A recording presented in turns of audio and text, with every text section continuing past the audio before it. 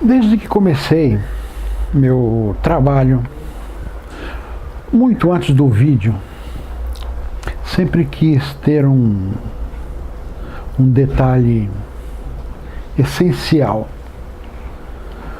o colocar em xeque opiniões das pessoas, trazer uma visão diferente, mexer com as pessoas, mexer com aquilo que inusitado ou que elas não querem pensar, têm receio de pensar, ou simplesmente já ouviram de outras pessoas opiniões e não fizeram as suas opiniões, simplesmente adotaram opiniões alheias e fizeram a sua forma de pensar, a sua forma de ser.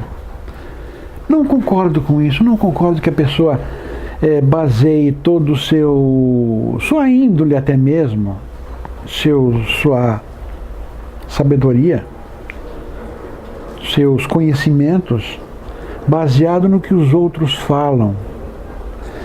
É um erro, é uma falha do ser humano, preguiça mesmo, preguiça de raciocinar. Vou ouvir algo diferente, vou raciocinar se é interessante ou não, mesmo que seja bobagem, mesmo que não creia ser sincero, ouça e tome posição. Tome posição. Aí, se julgar ser tolice, abandone. Mas acreditem no que eu estou falando, na maioria das vezes alguma coisa sempre pegamos desta novidade, desse acontecimento, desta frase, da maneira de pensar de alguém, sempre pegamos. Mas jamais devemos absorver, engolir, consumir, tornar nosso uma opinião sem antes estudá-la muito bem. Porque como somos universos, todos universos diferentes, não existem dois universos iguais, as opiniões de outros a nós soarão diferente, terão outra conotação, dirão outra coisa. Então devemos ouvir sugestões, opiniões, relatos, outras coisas e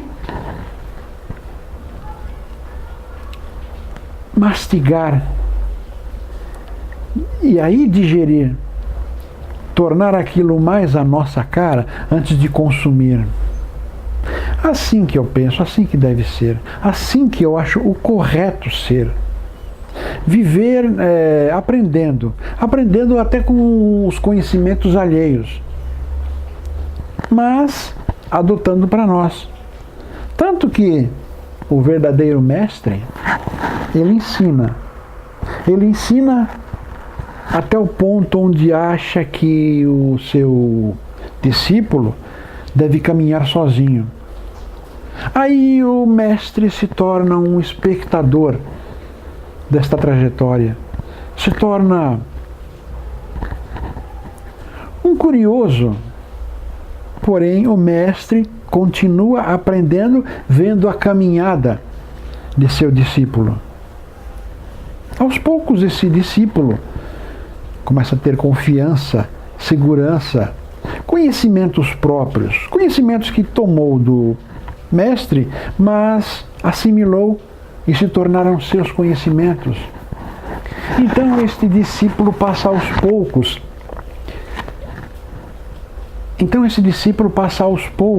A se tornar um mestre. Primeiro, claro, será mestre de si mesmo. Será mestre de seus conhecimentos. Saberá ouvir, discernir, lapidar e assumir e tornar um pouco mais sábio. Com o passar do tempo, se for de sua missão, terá seus discípulos, terá aqueles que irão segui-lo. Discípulo não é exatamente aquele tipo de pessoa que irá cegamente ouvir e adotar. O discípulo e o mestre. O discípulo jamais deve pegar algo e seguir e seguir à risca, cegamente, o que foi dito. Deve, como estou dizendo, ouvir e assimilar. Então esse mestre, este que era discípulo, aos poucos se torna mestre de si, e pode surgir um outro discípulo para que ele instrua. Se surgir um discípulo, se for da divina providência surgir um discípulo para este novo mestre, com certeza a divina providência encaminhou este neófito, estudante, para aquele que irá dizer coisas que irão lhe soar mais intensamente, irão dizer coisas mais interessantes, irão falar ao coração. Então, um mestre não deve correr atrás de discípulos, não deve correr atrás de alunos, não deve correr atrás de pessoas que julga gostarem do seu trabalho, de seus conhecimentos. Um mestre deve deixar que a divina providência traga. Se for para acontecer, que a divina providência traga os discípulos, os estudantes, os curiosos até mesmo. A divina providência deve trazer, porque a divina providência sabe quem destes curiosos, às vezes, inicialmente só curiosos, a divina providência sabe qual destes curiosos poderá aprender com aquele determinado mestre, qual destes neófitos tem a estudar aquilo que o mestre tem a dizer, aquilo que o mestre irá colocar e será enriquecido no discípulo. Ser mestre é aprender sempre, aprender sozinho, com seus próprios conhecimentos, com sua própria forma de ver a vida individual, a sua vida, e aprende vendo a vida alheia, vendo, não se envolvendo, apenas vendo, estudando, é o correto, não é o correto, é certo, é o errado, e não se envolvendo. Se lhe for pedido opinião, sim, mas não deve se envolver jamais na vida alheia. Prestar atenção. Se lhe for pedido uma opinião, a mais sincera possível, mas não se comprometendo a nada.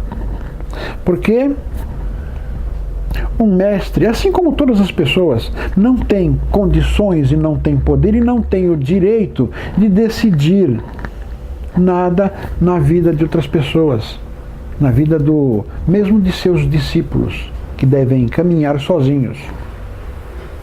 Assim que eu vejo como deveria se comportar a humanidade, mesmo que não tenha nenhum mestre envolvido.